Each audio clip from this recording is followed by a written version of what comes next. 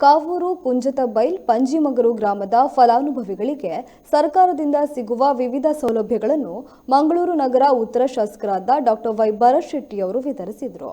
Kavoor society ಸಭಾಂಗಣದಲ್ಲಿ ನಡೆದ ಕಾರ್ಯಕ್ರಮದಲ್ಲಿ 38 ಜನರಿಗೆ ಹಕ್ಕುಪತ್ರ, 28 ಜನರಿಗೆ ಸಂಧ್ಯಾ ಸುರಕ್ಷಾ, 22 ವಿಧವಾ ವೇತನ ಹಾಗೂ 6 ವೃದ್ಧಾಪ್ಯ ವೇತನ ಮತ್ತು 4 ಅಂಗವಿಕಲ ವೇತನವನ್ನು ಶಾಸಕರು ವಿತರಿಸಿದರು.